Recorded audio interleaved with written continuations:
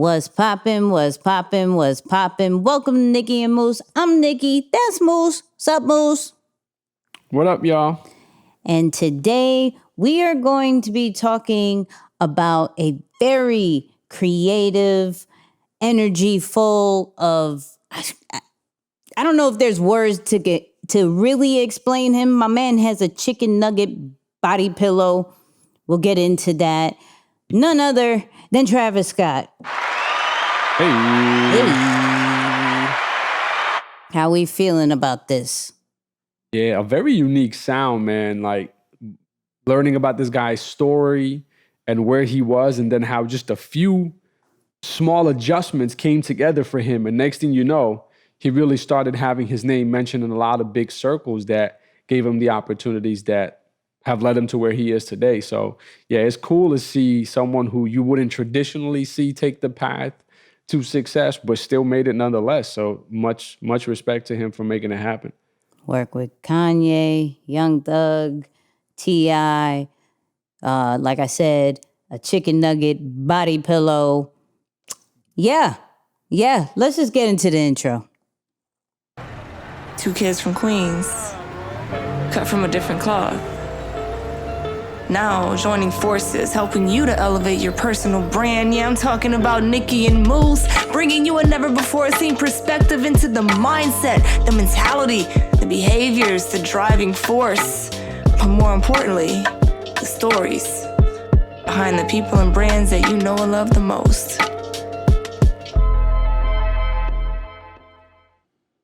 So before we get into this Travis Scott talk, let's talk about an addiction I'm trying to get away from. Okay. So shout out to Wawa. You don't sponsor us yet, but I spend so much money on you that you might as well. So I don't mind talking about them. So I'm staying far away from them.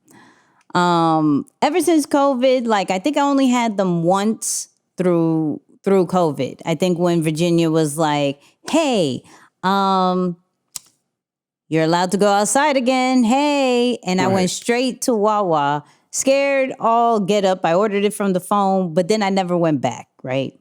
And the reason why is because I will eat that every single day. Every single day. I have an addictive mindset. And so if I like something, I'm going to eat it over and over and over again. And so I'm trying to stay away, but the little Wawa person in me is like, hello, I haven't had the soft pretzel or the hoagie or anything like that. Right. I'm like, I'm trying to be good, but I already have a $50 bagel addiction that's happening. Shout out to my followers who send me bagels, but now it's time for me to buy it. And that's an expensive vibe. That's an expensive bagel. When you say you spent $50 on a dozen of bagels, I'm like, yo, hold up now. Yeah, I get it. They taxing you for shipping like it's legit coming from New York. Wait, is it really coming from New York? It is coming from New York. It's coming from H&H Bagels, right? Which is my favorite spot. And the shipping is actually supposedly free. So, we're going to have to look a little deeper into that. They may have just, added the cost. Listen, I don't know, but a dozen. And then if you add cream cheese, like if you add the spread to it, it's like 65 or something like that. I'm like, okay, Philadelphia cream cheese. I'm still gonna go with you. Okay, we gonna make it work. Yeah. It's not that deep for me. But yeah, I've been trying to stay away from the bagels, but it's just like, this is gonna be. I was gonna make it like a quarterly thing, like treat yourself to H&H every quarter. Nah, it's It was straight up crackhead vibes. Like, oh my god, okay. No, I'm not going to order it. No, I'm not going to. Shout out to the internet who makes everything so easy. Right. Yeah. No. And this is probably where we became siblings because the bagel vibes. I'm like, yo, I have minimum 4 to 5 bagels a week. Just like that's me being generous. That's like, oh, because I didn't have one for, like a quick little snack. Yeah. Yeah, I'm bageled out. Yeah. Yeah, if I I love was bagels. if I was in New York, I would have a bagel every single day. But now I'm just gonna have an expensive habit because when they were sending me it, I had 30 days worth of bagels. Wow. I was eating. Did you have one every day? I had, of course, Every day? every day, Yeah, wow. every day. So every day I have 3 eggs on something. Okay, I have. Okay. Either in a breakfast burrito vibes or I'll have it on a bagel now. And when I had it on a bagel, it was like I looked so forward to it. It wasn't. Anyways, we're just getting too much into my addictive. I'm getting hungry ways. just listening to this. Yeah. I'm sorry. I'm sorry. Sorry to all the listeners who just got like mad at us. Like, yo, I'm kind of hungry. I'm sorry. Right. I don't know what else to tell you. However, let's get into these reviews. Shout out to everybody who sends us a review on the podcast. If you haven't, send those reviews. We see them, we read them, we appreciate them. And then today, I'm going to go over who's this person. Say that one. Oh, it's cut off on my side. Let me see something. Somebody, Chaos the rapper. I need to learn how to read. I promise you. Reading is not. What was it last time? I couldn't. Yeah, last time was I butchered that person's name, Estate. and it was. Yeah, it was some mistake. We was laughing at that. That was hilarious. So She said, "Yeah, some mistake." So this one says, brilliant. Do you know how people listen to music in their headphones and do strange things? Me, I'm people doing strange things. I don't know anything about sports, but the gems y'all drop feel like I'm in the game running quarterback down the center, field goal, whatever that means. Shout out to you, Chaos, the rapper. Appreciate the review and everybody who sends us the reviews. We appreciate it. We're going to make sure we highlight at least one person an episode because we don't want y'all to think like it doesn't mean anything to us because it does. It does. Moose, are you addicted to anything? Hold on. Before we get into that, are you addicted to anything or is it just me? I really feel like I'm alone in this. People who are addicted I'm a foodie, feel though. I do like to eat. I am. You may not see it physically, but I. I love to eat. I already saw your reaction, like, oh. Listen. For those who don't know, right, and maybe in the future we'll do like a Nikki and Moose squad retreat or something where that would be cool. Moose will be in the pool looking like a Muslim Hulk. I just want to put that out there. He eats a lot, but you will never see it. Never. I mean, me and him go back and forth on desserts. Like we get really excited about desserts, and I'm the only chubby one because I eat all the desserts, but he I don't know where he puts them. I really don't. I just help me. Oh man! Hey, shout out to my metabolism system. I don't know if mom or dad gave that. Whoever contributed to that, we appreciate you. It's helping us continue to eat what we enjoy into the 30s, and I'm loving it. my goodness. All right, let's get into this episode. People are like, yo, what? Shout out to metabolism. What is going on? This is crazy. Anyways, all right, Travis Scott, right? First off, normally we go with like the older legends and people who've been doing it, but I think Travis Scott lately has been doing so much amazing things that we have to talk about it. I mean, between Fortnite, the McDonald's collab, Nike collab, everything that's going on, we have to touch on, especially the Fortnite. When we get to that part, I'm going to go crazy because that right there was genius. But let's do what we normally do as far as let's try to figure out what my man is as far as the flight assessment. If you haven't taken the flight assessment yet, flightassessment.com. This has changed both myself, Moose's life. We rock with it with E. But in a minute and 30, Moose, can you explain what this pilot, this flight attendant, this grounds crew, this air traffic controller, what are these things? Why are we trying to associate it with Travis? What are we doing?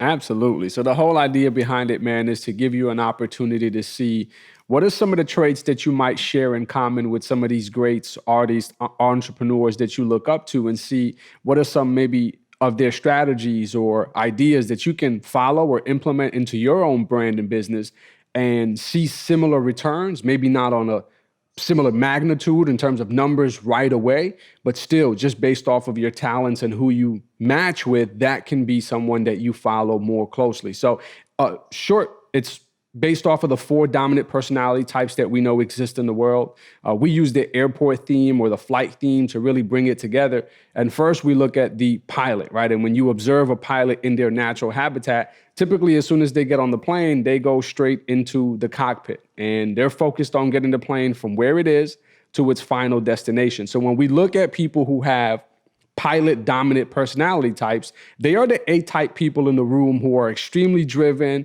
They love problems and challenges. They're motivated to go after the thing that everyone might be afraid of, and they're always looking to get to the bottom line, right? But next up, you have the flight attendant. Now, the flight attendant has a slightly different swag. They're more about the people, the experience, the charisma, right? Making sure that they look good, they feel good, they want to have a great time. So this is the life of the party, the people who are great with people. They have great people skills, very charming, and they rely on their ability to connect and influence others to get their way up to the top. All right. Next up, you have the grounds crew, one of my favorite characters of the group. Now, the grounds crew, when you watch them from your seat, if you're sitting by the window, they're putting bags onto the plane. They are bringing up snacks and beverages to the flight attendant. They're even helping the pilot navigate the plane from the runway to the gate or vice versa. So they have a lot of different things going on. But what we know about them is that they're extremely loyal to a specific vision. So people who are grounds crew personalities, they tend to be very supportive. They're very empathetic. They have great listening skills. So you might not necessarily hear them or see them or observe them right away, but they're usually in the back in the cut somewhere, just kind of observing you and warming up to you, or when they feel comfortable with you, that's when they're able to really open up and get comfortable. And then last but not least, you have the air traffic control up in the tower somewhere. Again, you don't hear from them, you don't see them, but you hear of them, right? Pilot will come on the intercom and say, hey, air traffic control said that we're next up in line to take off. We're going to need just a couple more minutes. So air traffic control, the people in that tower, they're typically thinking about the small details. They're thinking about how do our decisions today from an organization or a strategy standpoint impact our future, right? So they care about the details, the scheduling. They want to make sure no 2 planes are taking off at the same runway or landing at the same time. So those are the people, again, who work a little bit more with details, stats, things of that nature, but bring it all together. That is the flight assessment. It's a lot. It's a lot. Thank you, Moose. Yep. So let's get into this first clip. This was an interview he did at Hot 97, and just talking about how did he get his different sound. Like a lot of people, he's a very creative guy. So every creator has their own different process of how they figured it out. This is his. When I first came in, I always made music to make it like other people. I don't know if that makes sense, but like you were mimicking other styles. I was mimicking other like artists when I was like 13 years old, 14 years old, making beats and making music just to like get the sound. Right? And so like, you know, I think every producer, any young producer, like when they do that, they make like their favorite rapper, they make the same beat, make the same rap. They're like, okay, this how they did it. To understand it completely, okay, the breakdown. So then when I grew up, I was like, okay, now you gotta translate it to your own sound and da-da-da. So that kind of like, you know, grew me up. First off, air horns. Hey. Moose, start this off. Yeah. I like this a lot, man. You know, one of the things that I truly believe is that no one is self-made. All right. Like I know that, especially for the entrepreneur, this is something that people take near and dear to their heart. Like, hey, I didn't get no handouts. I'm self-made, and I'm gonna go against the grain here and say, look, maybe you didn't get money, you didn't get funds to help you start, but you're not self-made, right? You followed the path of somebody else. You took after someone's style or information. Something contributed to where you are right now. So you can't completely throw a blanket statement out there and say, yo, I'm self-made. So I like what he says here. He's like, you know, I started by mimicking the style of other artists, those who came up before me, who kind of maybe led the way. And we saw Kanye, you know, similar to a few other producers in the game who kind of laid the tracks for him. So he's letting you know that was the key to his success. For anybody starting off on the journey, don't be afraid to mimic the style. We talked about it. But he gives you the key nugget towards the end there. And he says, once I got a little older, then I started changing it up and going into my own style. And this is definitely where I want you to talk about it a little bit too, Nix, because we talk about that area where if you try to pretend to be somebody else, you know, you become a 2.0 version of somebody else, it just never really clicks. So I love that he followed that to master his craft and kind of get in the lane, but then eventually started venturing off into his own space and creating something a little bit different. I know he talked about, in one of the articles that I was reading, he talked about he liked Maroon 5, Gym Class Heroes, you know, like a few other bands, but he was like, it just didn't give me the exact feel that I wanted. It was either too happy or too dark. And I wanted a nice combination between the two. So you can see where he started, as he figured out how to do it, he went out and created something that was unique to him, per se. What you got on this one? So I think for me, especially as being a creator, like we always have to start with the foundation, right? So there are people who's done it before us. So of course we're going to try how they did it just to get the base of things, right? We can't, though there's some things and some styles that we can just go off the bat and just go like and try it and see if it works. There's some things that in our industries and in our lanes, we have to stay true to the foundation that was built, right? So for him, he was talking about producers, and he tried to actually recreate the same exact songs, right? To see if he could get the same snares, the same drum sound, you know, when the vocals come in and everything like that, because you need to understand how to compose certain things as a creator. And once you figure that out, then you can put your own kind of style. So I think that, and it's not only just creators, it's anybody who's really creating something, whether it's a brand, content, clothes, whatever.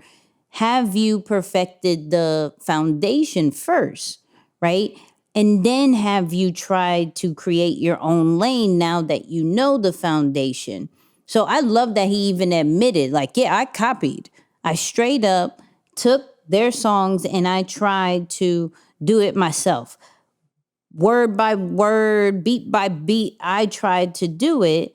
And then when I got older, then I put my own mix to it. And now when you look at Travis Scott, there isn't anybody who really has that sound. And some who've tried sound like a copy, right?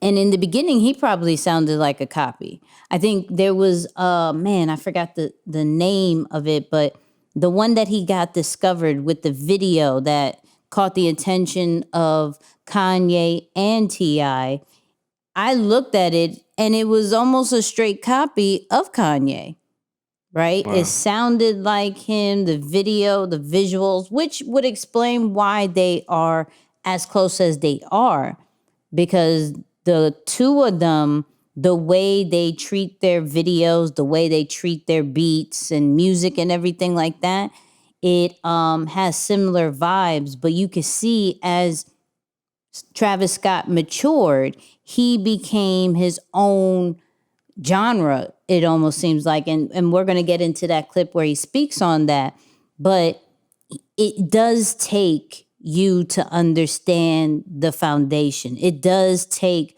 for you to take, whether you're in basketball and understanding the crossover, just like how Allen Iverson did, understanding, the hook as maybe like a T-Pain did or something like that.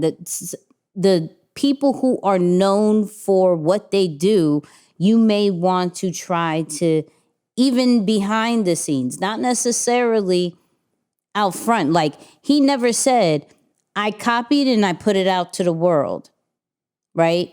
He did that in the lab. He copied verbatim what they were doing behind the lab and really recreating it. I think Swiss Beats had kind of similar vibes when he started out, right? He was surrounded by a whole bunch of producers and he was figuring out the foundation and then found his own lane. So when it comes to these greats, they all study. They all try to mimic. They all try to perfect it and then figure out their own lane. So I think from a creator standpoint, even just business standpoint, we have to look back and see who's done it before and what we can learn from them and what we can add on to it. I think that's what the biggest thing that I got from that clip was. For sure. And I think it's a great opportunity for anyone who's struggling with their purpose or where to start or how to start. That might be something you want to consider right now. Rather than trying to come up with something completely unique, figure out how someone got to the success that they had and literally try and duplicate it. Like, see if you can start with just that similar blueprint. I mean, listen to Nicky and Moosh. Shameless plug here. That's pretty much what we try and give you guys, but you get the idea, right? It's like, but definitely down that path. I wanted to ask you though, Nix, talk about, like we talk about that part where he says, but when I got older, I switched off and created my own sound. Yeah. Like, when do you know it's the right time to start venturing off now and get creative? Because I'm sure somebody out there is listening like, okay, I'm feeling you on that, but I'm right there and I'm afraid to do something different because what if I lose the people that I brought with me in the beginning?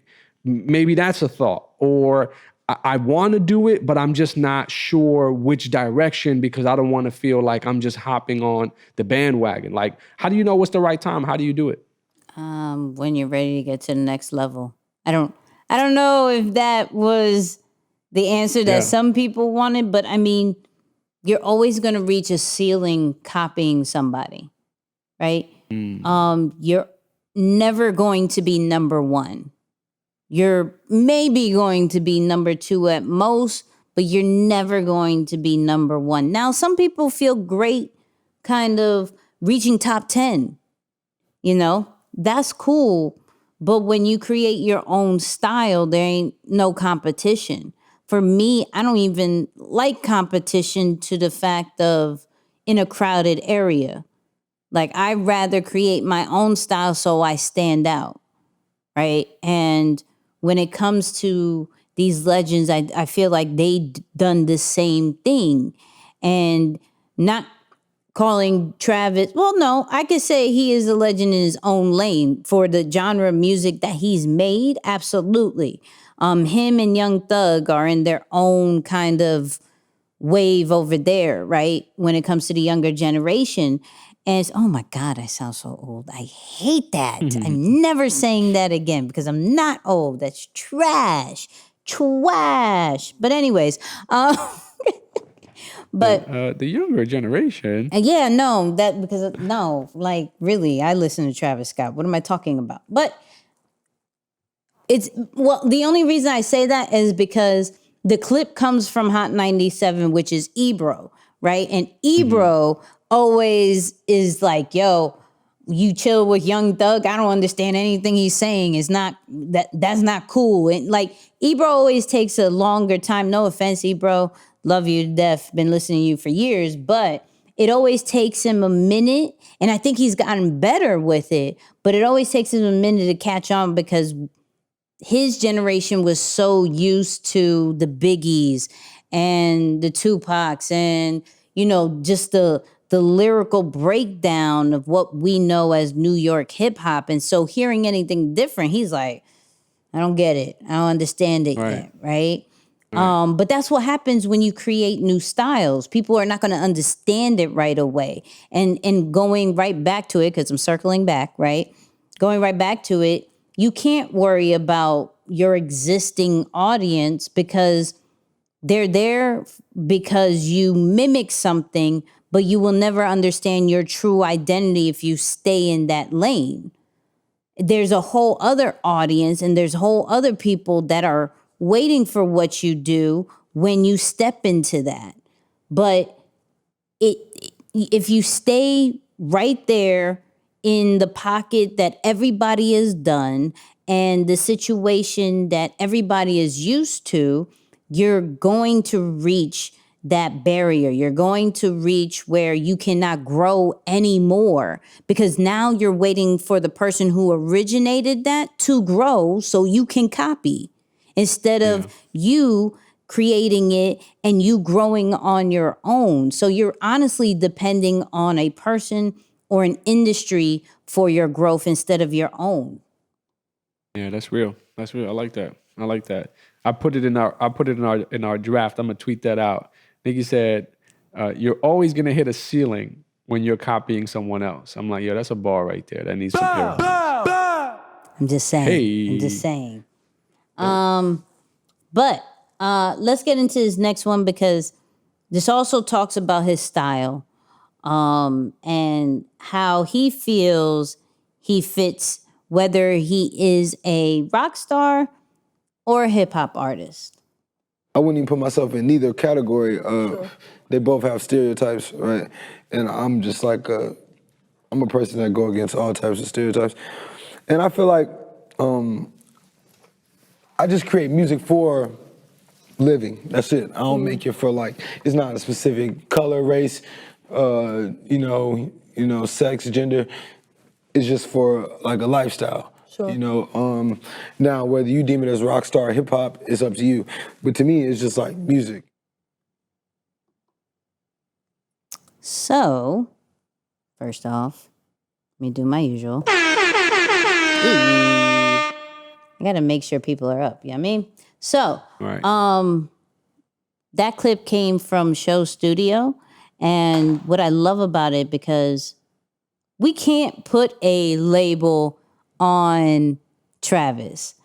If anybody has seen his like performance, my man has like mosh pits. He's jumping into the crowd. He has everybody beating each other up. Hence why I never want to go to a Travis Scott thing because I don't want bumps and bruises. That's not going to be for me. But I would love to see him live if it was like high up, sitting, chilling. Right. That's all. I'm The not little boot gonna. joint. Yeah, I'm not gonna get punched. I'm not. But if anybody is seen like clips of Astro World and any of his live performance, it looks amazing. It looks rock star kind of vibe where hip hop artists may have choreographers in the back, they may not even do much movement. They'll just move their hands and have the mic and that's about it. Or they'll have a squad of like 70 people on the stage and that's a hip hop concert. So how Travis is, you really can't put a title to it. And I think, Moose, my question to you is, do we put too much weight on titles and trying to box people into what we deem them to be? Yeah. No, that's major. Let me say this: if you're just starting off and you're really concerned about a title, you really need to check your insecurity, right? Because you're probably trying to find a title so that when somebody asks, "Oh, so what do you do?" and you're like, "Oh, well, I am an engineer," right? Like that's an insecurity issue. I'm gonna just have to be real, Nikki, because and you know what? Let me be super honest. Mm-hmm. That was me. I was at a point when I first started my career, man, stretching back to as early as my college days, when I've always worked. I've always been between work and school and baseball and things of that nature. So as early as that, when I started hanging out and people were older than me and they would always ask the question, so what do you do for work? And I'm like, I got to find a cool title. Right. And I realized, at deep down, some of us really struggle to find a title or stress out about titles because we want to cover an insecurity that we have about what people will take us as when we don't say something that is so fancy and, glittered with suave and lights. Mm-hmm. So I would say, check your insecurities first. But then the second part of it is, man, I got the best piece of advice about this. Stop worrying about what you need to call yourself and focus on what you need to become for your people. First of all, you're not going to speed past that like you didn't just say what you just said. Yeah. Repeat that. Yeah. I would say, man, I know it's important. We need the titles, but spend less time worrying about what you're going to call yourself, what title you're going to wear, and focus more about who you need to become to serve your audience or your people. That is where it really clicks, Nix. So, all right, because there's people out there that, how do I put this? Know a person or is the person that because of the title, it gives them the power, right? And so, but you're saying don't focus on the title. But Nope. if power to some structures is attached to a title, how do we not associate? How do we not want to be attached to a title? Well, truth be told, I don't know if power is what somebody should be focused on fighting for in the beginning of their business or their brand. You should be working on building a body of work or resume that gets people to trust you and you deliver on the promises that you're making in the marketplace. Because I know you and I feel the same exact way. We can't stand getting sold on some phenomenal marketing and branding, and then we get the product and the service and it don't match up. Right. So okay, you have the title. You caught me with the title. I would say spend more time in figuring out how to explain what you do, simplifying what it is that you deliver and how you help people. That's more important. And then just wait and listen until they start giving you a name or a nickname or a title for what you say. Like, I'm sure you have some of your nicknames. I remember it was Jorge who started calling me Professor X. Yeah. And then Val said this doctor. Yeah. Moose is something that I've had since I was younger playing baseball and growing up. So that's another thing that goes with it. But it was just about you serve the people for what you do well and you focus on delivering on your promises. And then sure enough, people will start kind of giving you some ideas of what to call yourself. I mean, talk about maybe the experience for you. I hope it's different so that we can give two sides of the coin here. But yeah, I don't know. I have something against titles, man. But I would say just because I struggle with it so much that I'm like, man, screw these doggone titles. I just help people. So you make me smile. Hey, y'all heard? Hey, somebody soundbite that, tweet it out. No, nobody do that. Nobody do that. I couldn't agree with you more just because I think too many people hang their hats on titles so much, but like, I hate titles. I hate titles because it doesn't define who you are. Like a man-made title doesn't define that, right? It got to the point where like even people were asking me like, what's your title? And I was just like, one of one. You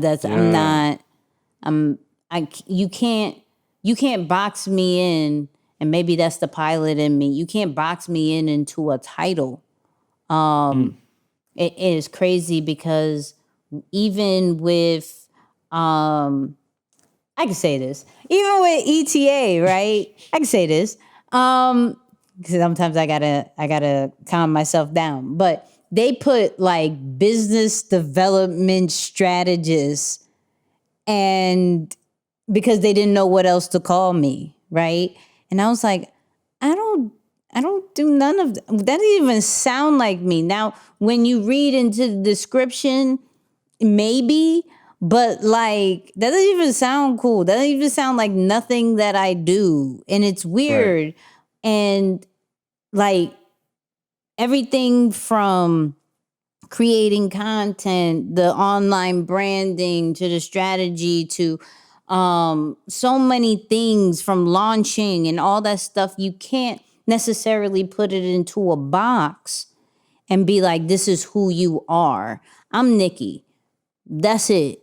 Like, if you need to categorize me, that's cool. But I realized from years ago, I do not like titles. There's nothing Yeah. about me that likes titles because it like I think I've been what's the not traumatized. What's the one lower than traumatized? Because traumatized is like I feel scared. Can or we say something. mesmerized? Mesmerized is like We could try eh, that. You follow yeah. me where I'm going with this. So I think because of military and then going into corporate, like you could see people who are unqualified taking certain titles and messing up that whole situation, messing up the job, messing up the project, everything like that. But because they have a title, there's certain things that has to happen for them to be dethroned. And for me, I'm more focused on the work than necessarily the title. I would respect you more if you could back it up with your actual work. You have credentials based off the work that you've done than necessarily the title that you hold. Because anybody can make up a title. These titles didn't come from anywhere but a random person that was like, Yeah. you know what? Yeah.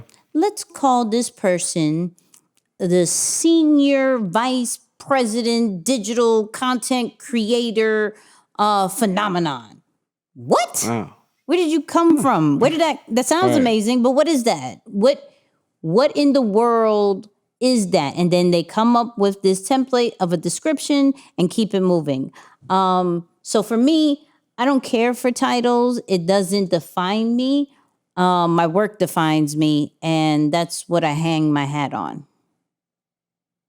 Facts. Word. But let's talk some business talk, okay? Yeah, let's get it. He collaborated with video games and fashion, not only just music, okay? We're not talking about the 17 million features he has and has done and all the people he's worked with, and not talking about that. I'm talking about a body pillow. I'm talking about extra lettuce on a quarter pounder with cheese. My man collabed with McDonald's. That doesn't happen. That doesn't. But let's Yeah. get it. Let's see what he talks about when he's talking about McDonald's, Fortnite, and even NBA 2K. They hit me up to do something, and I was like, yo, I really love it's like actually one of my things that kept me going when I was a kid. Whatever I was doing, like a quarter pounder is like my favorite thing to grab late at night, especially. I really love video games. I really like it. So I think it's pretty dope, man. I just encourage every other kid too to like, man, just be focusing. You know, this is possible for, you know, kids to do whatever they want. I mean, you play 2K, right? Yeah, I play 2K all the time. It means a lot because, you know, it reaches a lot of people in like different communities. Yeah. So to be able to be in the game, and just to inspire people is just dope. So, and Moose, I know you got stats for days with this one. I want to kind of set it up before we get into the stats of you gotta collab with things you honestly like love. It's only going to work if there is like a deeper meaning. Like my man with the McDonald's like, yo, this is what I honestly ordered. We really did the meal how I honestly ordered it. Barbecue on the side, extra lettuce, like everything about this meal. Like he even said it was weird me going to a McDonald's and ordering it the same way I do. Oh, so you want the Travis Scott? He's like, oh, yeah, that one. You know, Right. just working with brands and companies of things you honestly use on a regular basis or who have like some childhood memory. Like even when he did Astro World for his tour and his album, he was like, yo, I grew up with Astro World and they tore it down. And so for Houston, I wanted to bring that back. You know, everything is connected to a deeper meaning for that person. And when it is, it's so successful. Like, Yeah. I've never seen McDonald's merchandise sell out. That's not the thing. Like, you don't want to rock the golden arch around you. This was, who wants to rock a McDonald's chicken nugget body? Like, that was the weirdest thing. I'm stuck. Yeah. People have heard me say this like 9 times. I'm cool with that just because who rocks a chicken nugget body pillow? Like, how do you sell that? How do you sell that for more than $50? Like, it's the craziest thing. And his merchandise is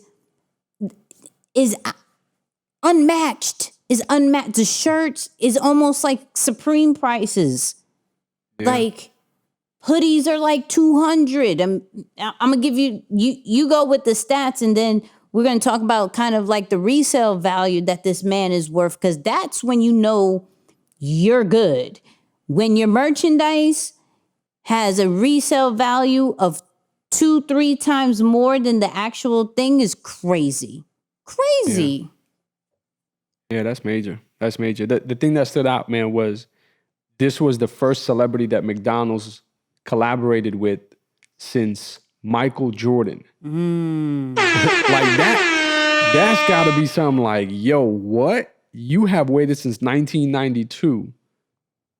For, like, it wasn't, that's major. That's major. So I thought it definitely represented a lot. But man, just some numbers overall behind the concept, right? Of course, the meal that they brought together was only available in McDonald's stores for just under a month, right? It was September 8th to October 4th.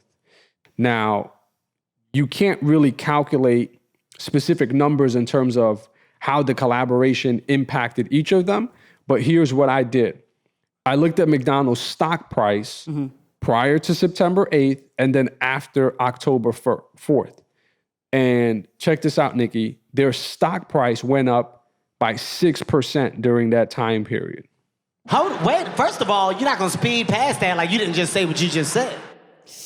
Yep, that's major. You talk about stats, right? And remember, their share price is like $215 or so. So it went up a good bit, right? 6%, it took them to 220 some. So when you do your overall calculation in terms of their market cap, that brought some couple hundred, if not a bill, it brought in some serious numbers for them off of that.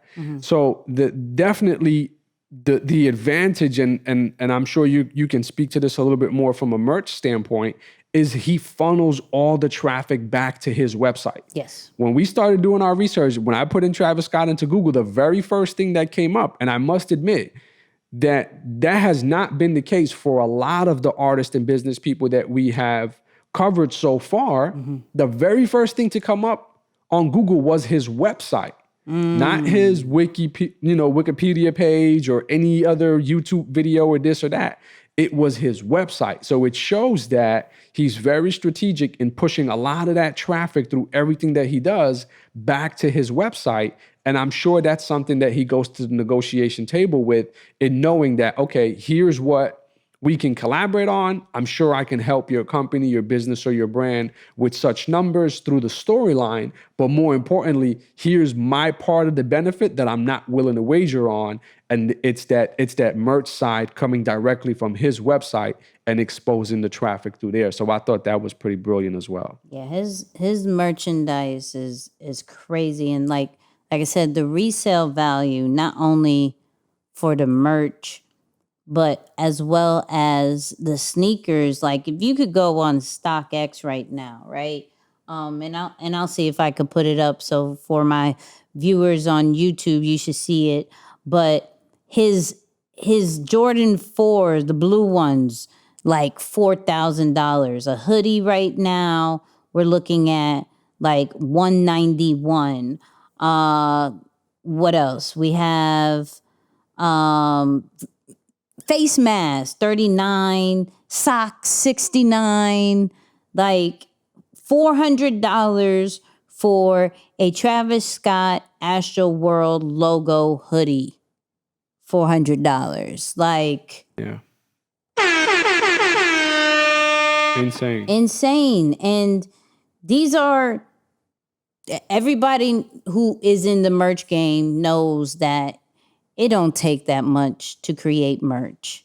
It doesn't.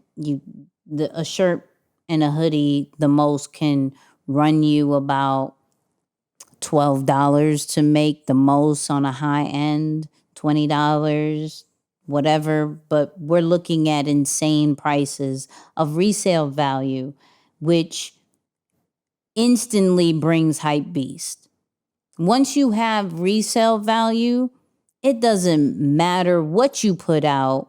People are going to buy it because now it's limited, right? When he did the McDonald's collab, that was all like how Moose said, shop.travisscott.com. That's the only place you could buy it. And you get it a notification through email, right, of the lineup. He was selling cassettes before the thing. He's selling vinyl. When it came back to the McDonald's things, he was selling the McDonald's hoodies. He has his own action figure. Yeah. His own action figure. Like, and premium prices. So he understands his value and even puts it within his own merchandise. But the biggest thing that I thought that happened this year was the Fortnite thing. The Fortnite thing, and I put it up for the YouTube viewers right now. You had a whole concert. When people couldn't go to concerts anymore due to COVID, you had a whole concert that is not necessarily his crowd, okay? Like we said earlier, he doesn't like titles, but he is considered a hip-hop artist, right? But Fortnite does not only have hip-hop, a hip-hop audience. It has millions and millions of people playing and watching this concert. So what happened was he did a free, I think it was a couple of days, a free concert, right? And it then led people to exclusive merchandise, which sold out. Do you happen to have those numbers? I don't know if you have those numbers. Absolutely, yeah. 12 million viewers or streamers the first day. It was a 3-day conference, and they pulled 27 million throughout the 3 days. So you talk about 27 million people, right? All going with the primary call to action. It's like, oh, we get to stream a free Travis Scott concert, Right. and then the only call to action, really, you talk about single focus or just the primary focus for making the buying decision easy for the audience or people that you're working with. Buy some merch. So like the conversion of that, even if we say the average conversion 10%, you got about 2.7 million people who may have possibly purchased your merchandise during that time. Yeah, and the crazy thing is you ain't really see any hip hop artists do this. You really haven't. Like, yeah, there are some whether it's 2K, what was it, that Def Jam video game when they were fighting each other or something like that. Yeah, you've seen rappers on video games like that, but nothing to a point that brings in millions of people in one spot during a time that no one could be even around each other, right? And you could tell if you're looking at it, right? And those who are listening on audio, just YouTube the Travis Scott Fortnite, right?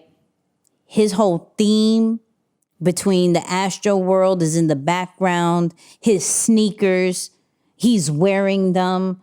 Like he has full control of even the creativity of the game when he's doing the concert, right? Yeah, and then dope. on top of that, there was different skins you can buy that then generates revenue for Travis Scott.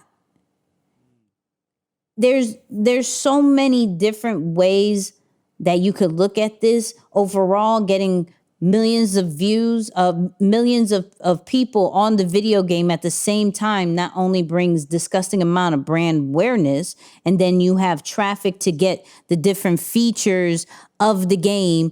You're going to want to get this specialized merch that no one else is going to get after a certain couple of days. He created scarcity for his brand in a whole new way than rappers has ever done. And so after that, The Weeknd did a whole concert on TikTok. So now you're making something of virtual reality or the gaming world now the new norm to advertise your music, stream your music, get your merch sold, bring brand awareness to what you're doing. It is crazy how I think I've seen this concert several times. Like, he did a song with Kid Cudi that was released in Fortnite. That you don't have a special release in a video game, especially that's not yours. But that's the great thing about collaborations. He saw the benefit of being on Fortnite. Fortnite was one of the, and maybe still is, one of the most played games at a certain point. That's all you heard was Fortnite, right? And they were getting in trouble actually for doing some of the hip hop dances and everything. But they said, yo, we're going to collaborate with one of the biggest hip hop artists now. And it worked. It worked. Over and over again. It's a smart move. Yeah, it's a smart move across the board. I'm looking up how many Fortnite players there are around the world. 350 million players. All right. So it's like I don't know if all 27 million of the streamers were, Travis Scott fans. Right. But I'm sure it was an equal exchange where he got an opportunity to expose himself and his brand to another generation of an audience, whether they be from a different industry, just the gaming industry and overall, or maybe even a different age bracket. But it's definitely a smart move on both ends.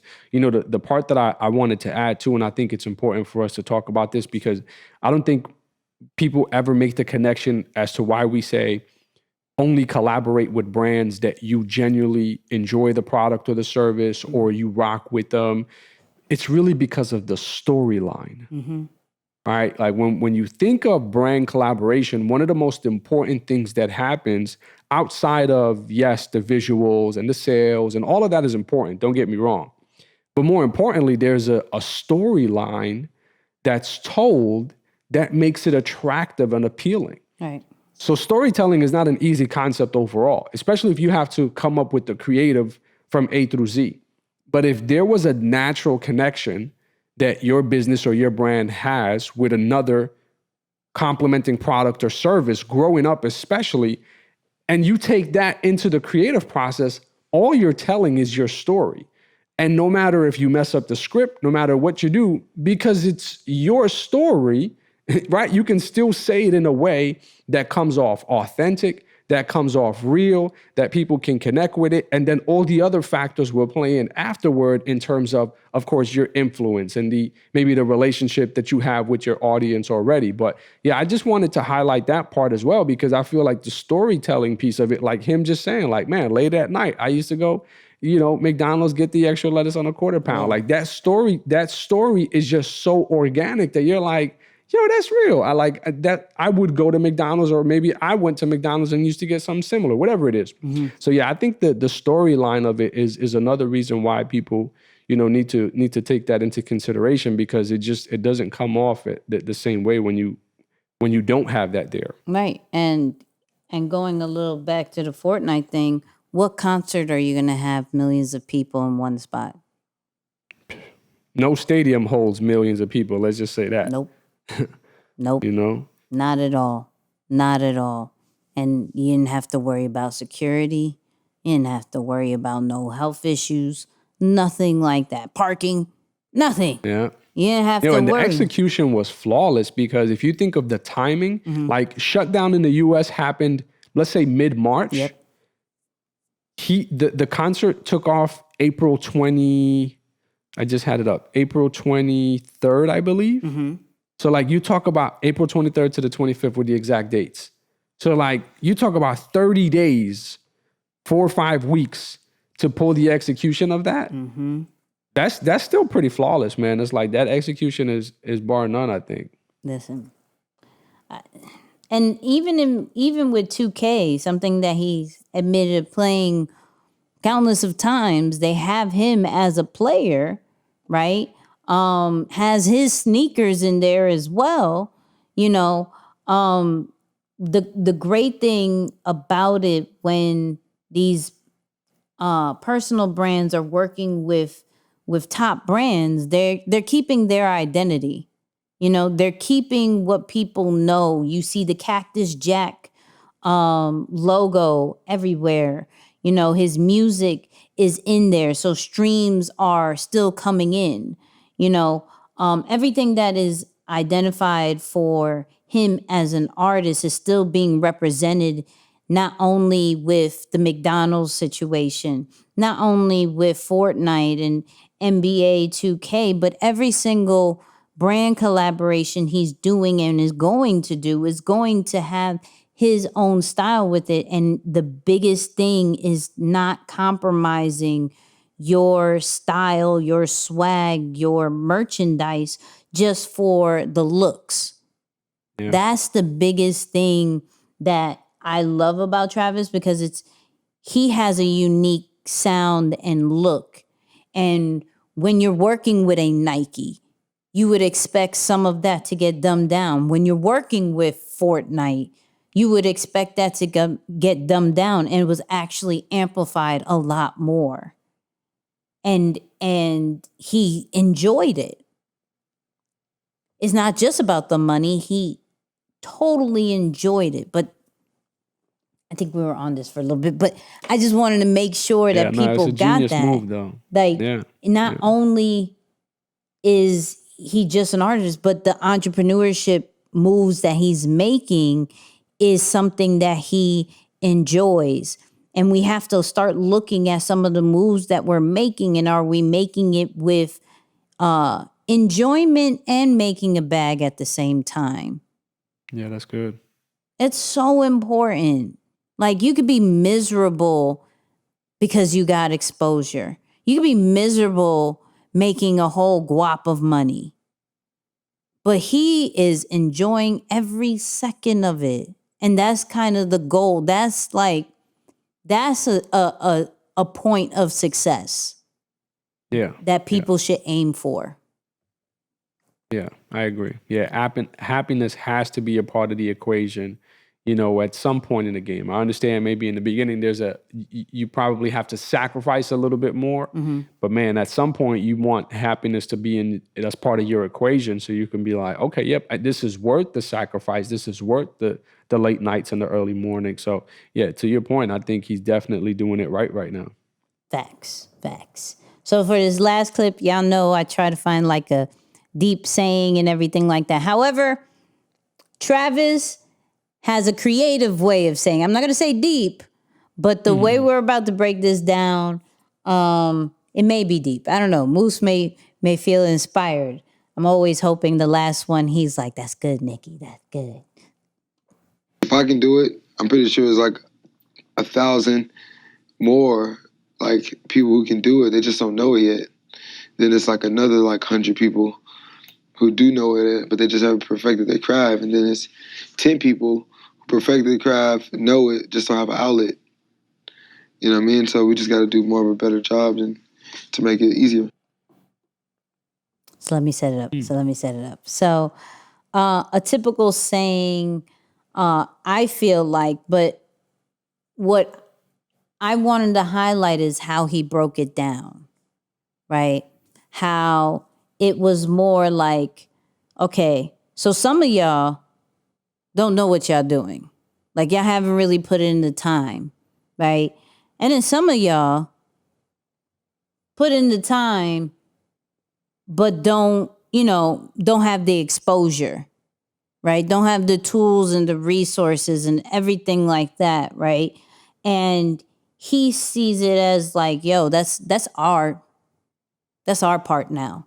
You know, he broke it down as like, yo, you didn't start. Yo, you just haven't perfected it. Yo, you perfected it. You just don't know what to do. For those people who are on that level, I need to do a better job and create opportunities and exposure for you, because maybe necessarily that wasn't done for me, right? So for him, he did, the Cactus Jack record label, and clearly with how he is so close with his friends and provides opportunity for them because of their own skill level. I think that just shows where people are at when it comes to their lane. Have you started? Or have you started and just need more studying? Or have you started, perfected your craft, but now you're in need of a network, a need of a coach or a mentor, or some things like that, tools and resources that maybe you don't know yet because you were never exposed to it. So I think how he noticed that and how he saw that there was a gap because of that, I think that was so dope to hear. Because some artists and celebrities and things like that, they wouldn't ever acknowledge the gap. There's some and we've seen it recently as we're doing our research, that they give back, But even when we went over the Jennifer Lopez thing, she was like, yo, there's nobody who's done it.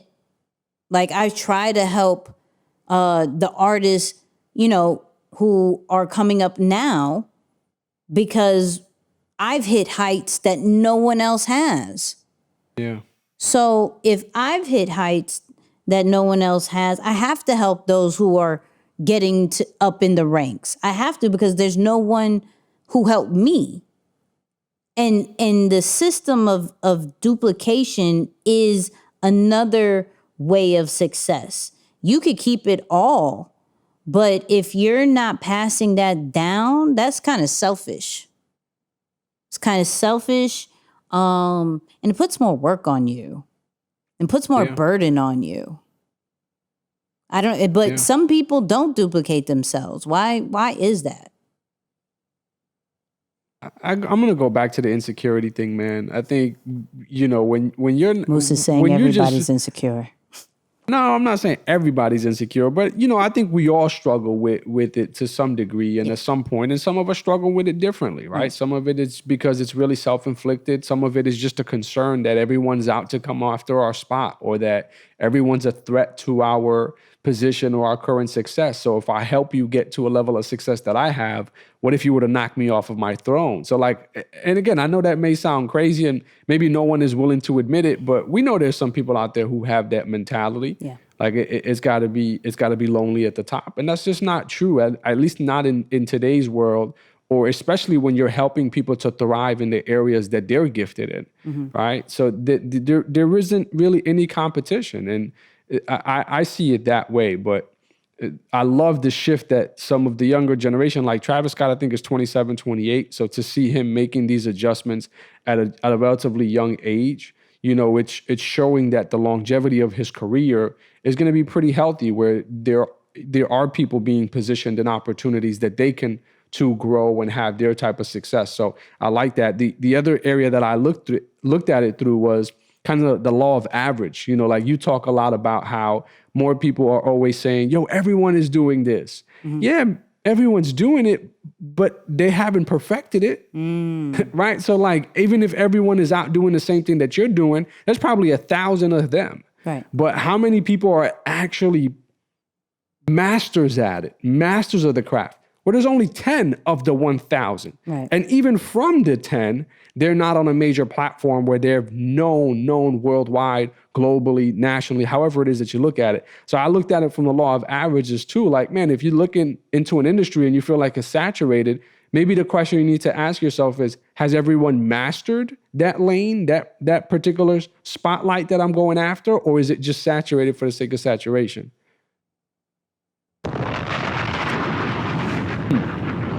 Should have just been the final word. I should have just, Shortcut the Jeez. process. sheesh. Lucky we have to figure out what he is. That would have ended. People, that would have ended it. I was done at that. That was over. But all right, let's figure out what Travis Scott is. I don't know whose turn is it? Is it my turn? Is it my turn? I think it's your turn because I went first on Drake. Okay, it's my turn. Yeah. All right. Yeah. So, out of the flight assessment, I do not feel that he is an air traffic controller. I don't feel that he is strategic in his ways. I don't feel like he tries to process things and, Right. is cautious. I don't feel those things. He possibly maybe in the background of some things, but yeah, I don't. Yeah. I don't I'm with see you. That's an easy one. it. Yeah. I don't see it. Your turn. Okay. I'm going to say that he is not. He is not a pilot.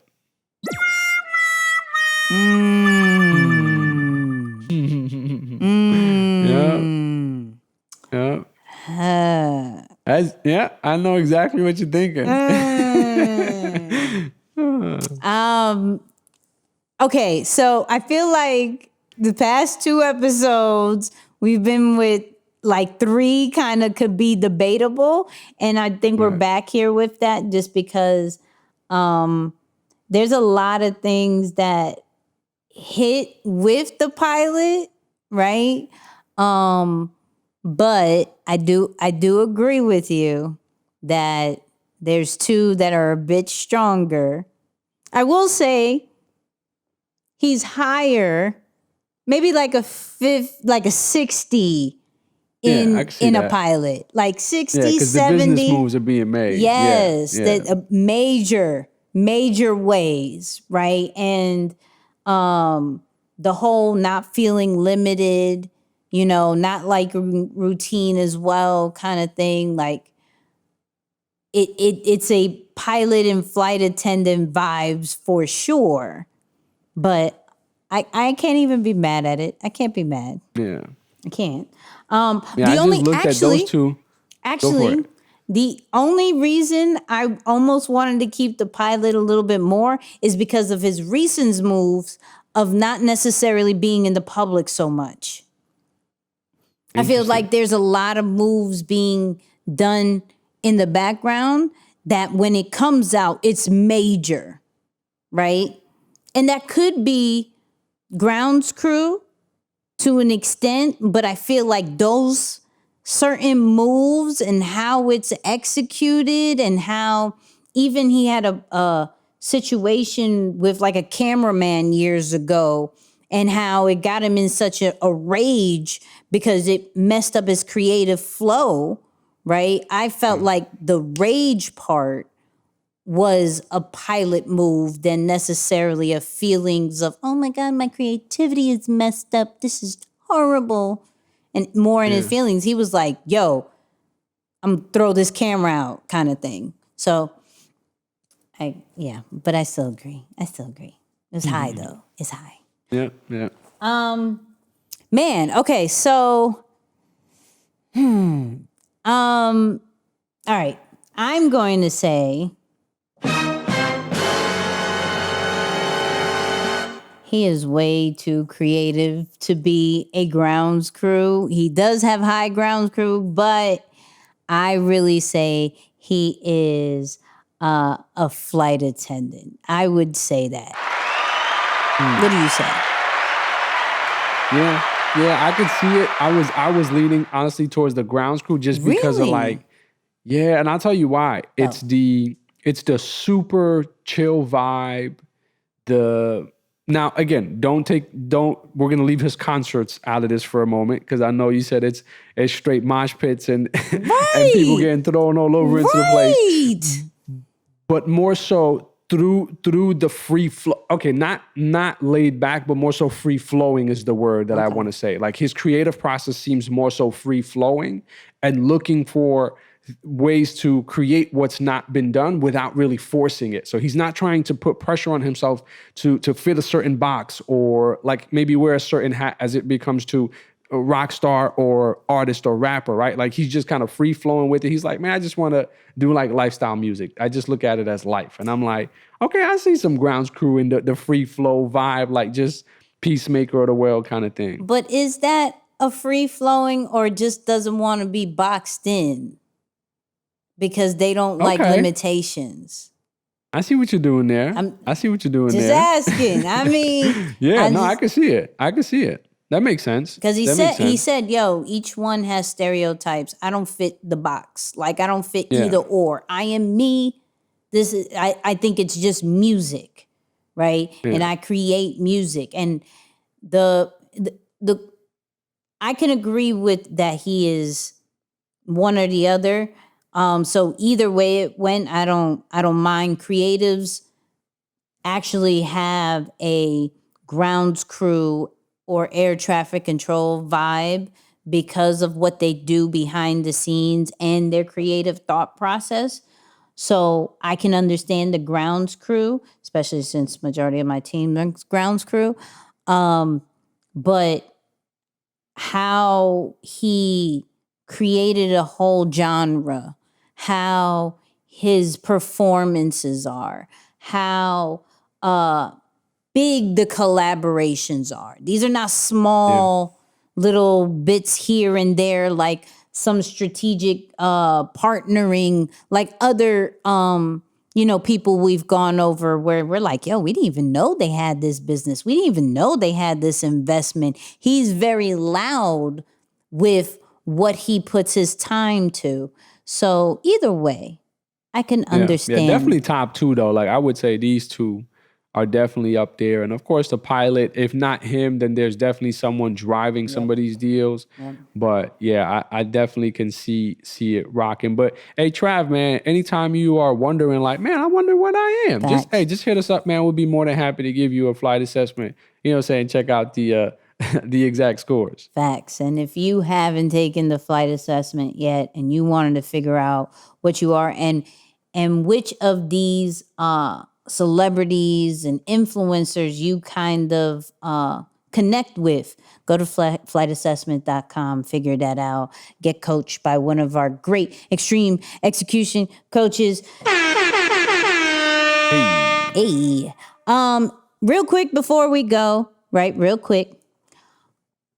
Twitter, Facebook, Instagram, Nikki and Moose, go follow us Tuesdays at 7 p.m. Eastern, 6 p.m. Central Time, something p.m. What is it, 4? 4. No, it is 4. God, see? what? 4 West Coast time.